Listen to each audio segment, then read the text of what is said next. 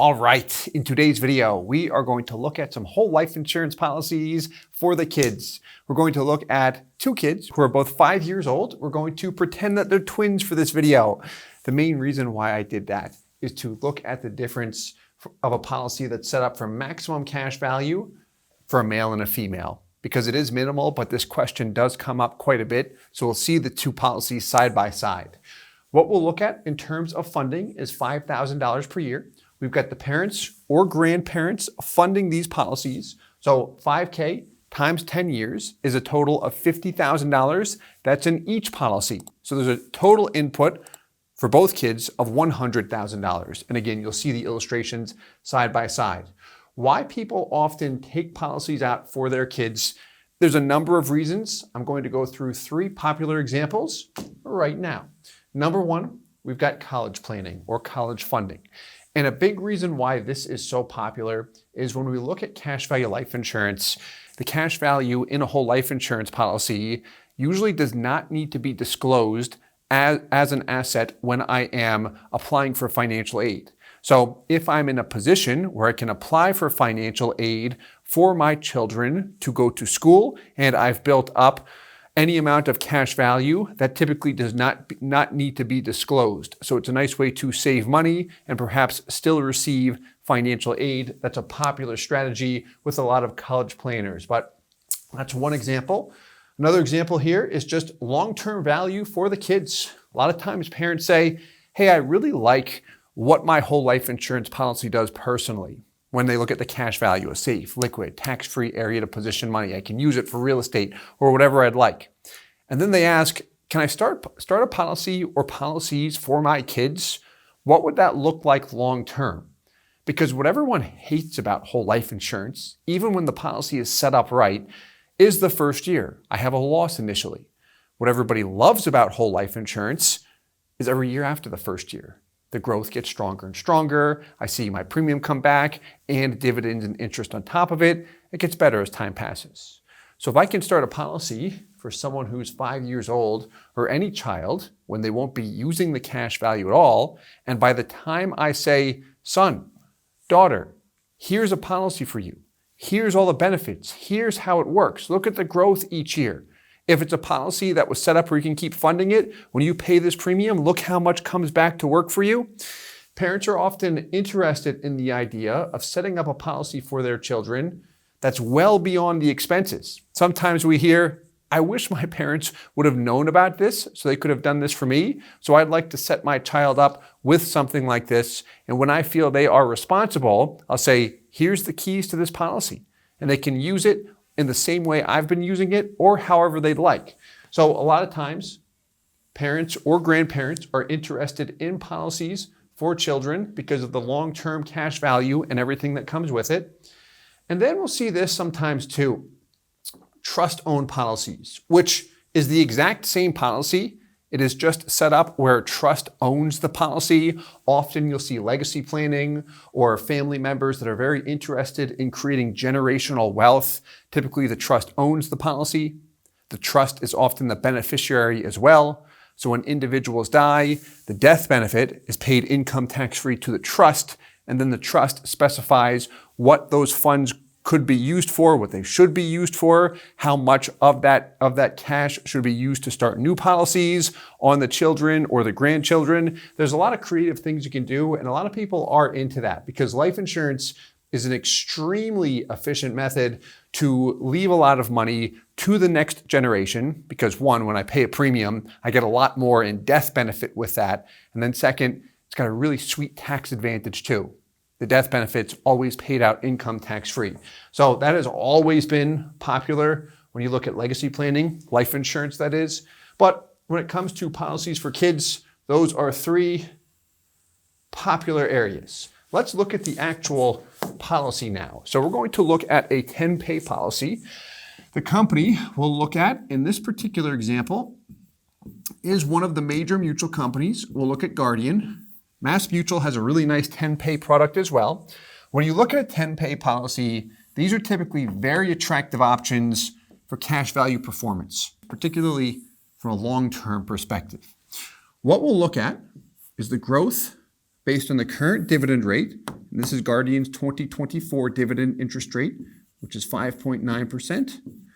And then we're also going to look at the growth based on their indexed rider. Some people are attracted to that.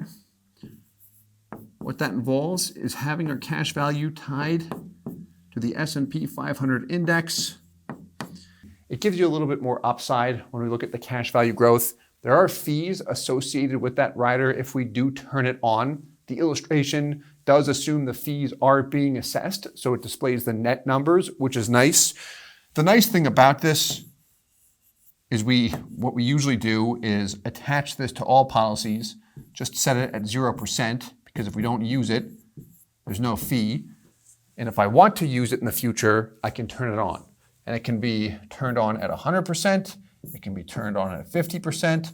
There's a lot of flexibility there. We've got a video above that provides more detail on the indexed rider and such. Feel free to check it out if this is a new term to you. Let's look at the numbers, shall we? So first, we've got the illustration, and this is on a boy. Male, 5 years old. Okay. So what we've got here, funding, a 5K per year. Cash value over here, first year, 5K goes in. Got about $4,100 in cash value and a death benefit of just over $200,000 initially. So starting with a relatively small policy, we don't need $200,000 in life insurance for a 5-year-old. There's a good chance that that 5-year-old is not producing $200,000 of income or any income where that death benefit would be needed. This is 100% a long-term play here. So as we look at this policy, by year 5, you are just about made whole. You've paid in $25K, you've got $24,800, and by year 6, you are cash positive.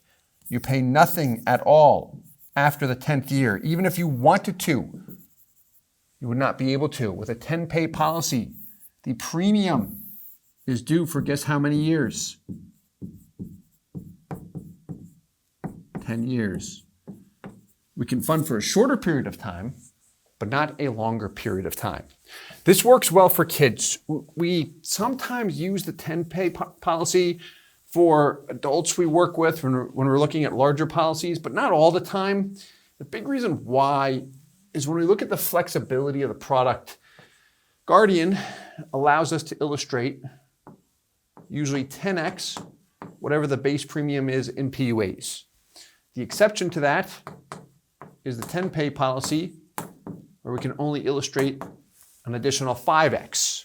So if we want a policy where I want to be able to fund up to, let's say it's $50,000 per year, what I would do with a L95 policy, for example, that we commonly use, is I could set the minimum 5K and add more discretion. I need a higher minimum commitment with a 10-pay policy. So a lot of times people elect not to use it because of that. In a case like this, where it's more so set it and forget it, it works well, the 10-pay, particularly from a long-term cash accumulation standpoint.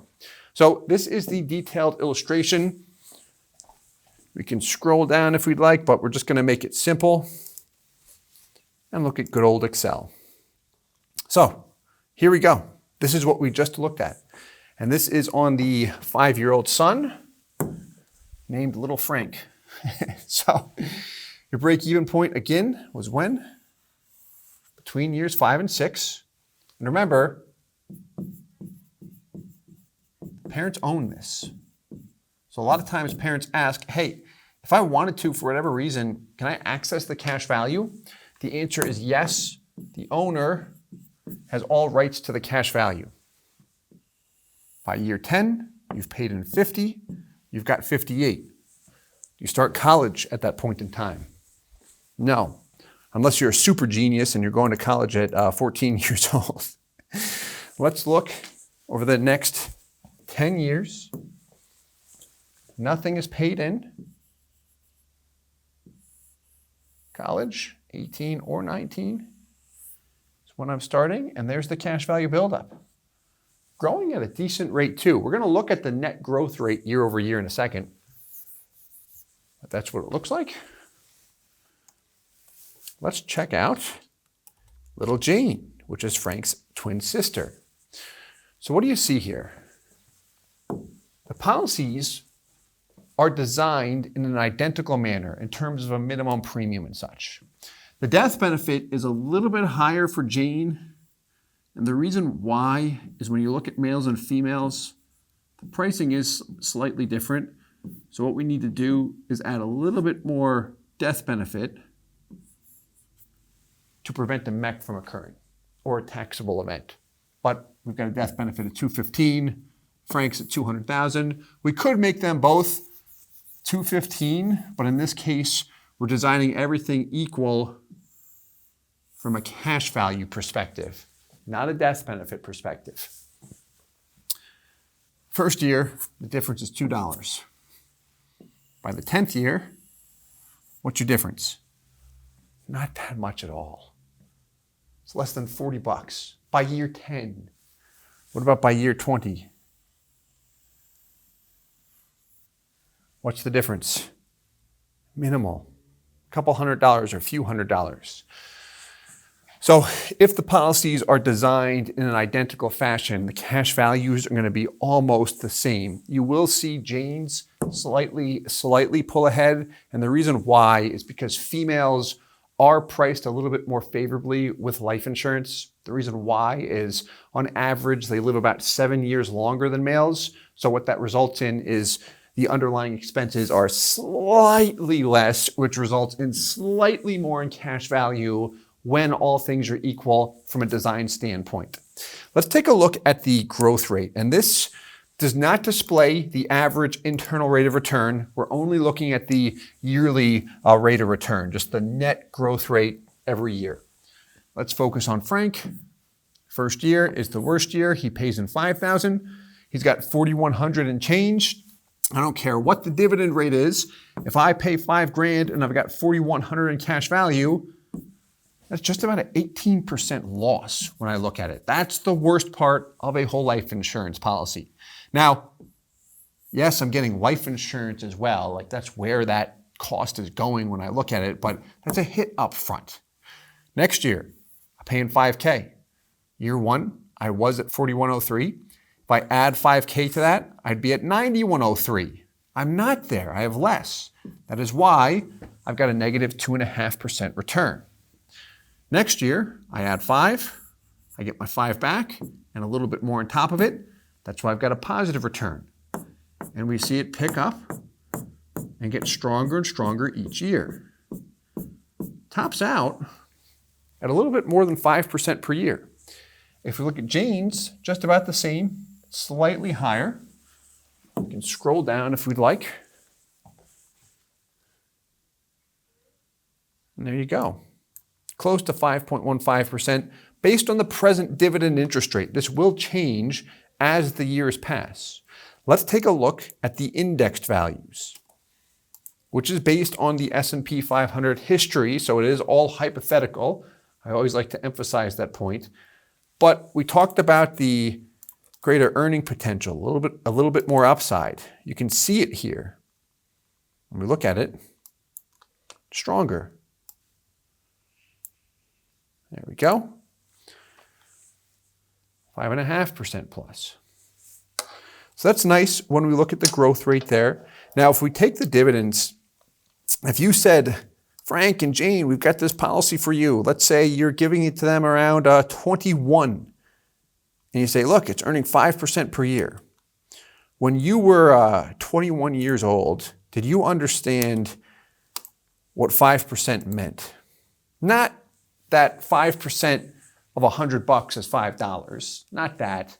Did you actually understand the implications of 5% and the compounding long term? When you were 21 years old, you may have. Do you think most people did? Probably not. Compounding is a long-term thing when we look at it. What helps a lot of people is to see something like this. This also helps me. Instead of looking at the rate, which we can keep it there, but I'm going to minimize it. Let's look at growth in dollars.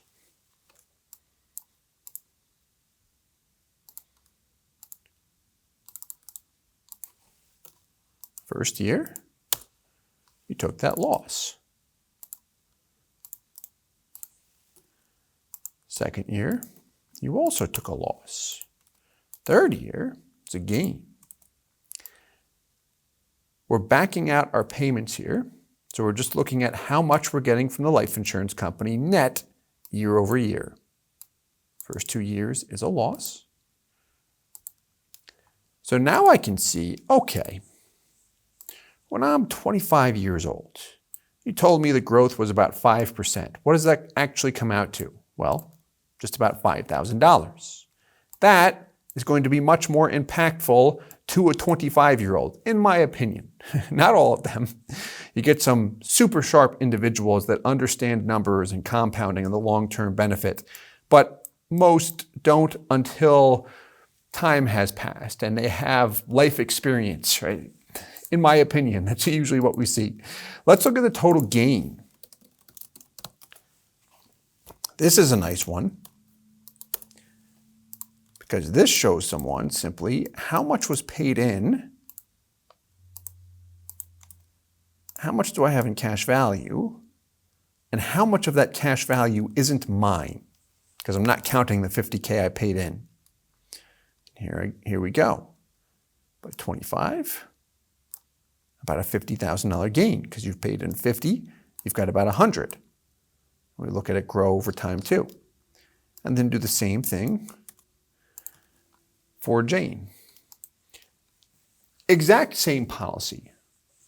All we're doing here is just measuring the growth in a different way to make it easier to understand for someone who prefers dollars instead of percentages, which for young people typically is effective. For people who are not young, typically it's more effective too. I remember speaking with someone that I've worked with for a while. He is in the finance industry. He actually works for a bank, and we were looking at numbers, looking at the growth rate, and I asked him, do you prefer percentages or dollars? He said, I actually prefer the dollars. That way I can just see the net dollar amount. That's my preference. So we show him that. We include both in case you'd like to see both, but it's really whatever makes things easier. With all of that said, I hope you enjoyed this video about policies for kids. Please let us know your thoughts and if you have any questions. And as always, I hope this helps. Thanks so much. Hey guys, Steve here with IBC Global. Thank you so much for watching the video. If you're interested in a whole life insurance policy and you'd like to work with our company in setting it up, please visit our website, ibcglobalinc.com. We would love to work with you. If you have any questions, please leave them in the comments below. And as always, I hope this helps.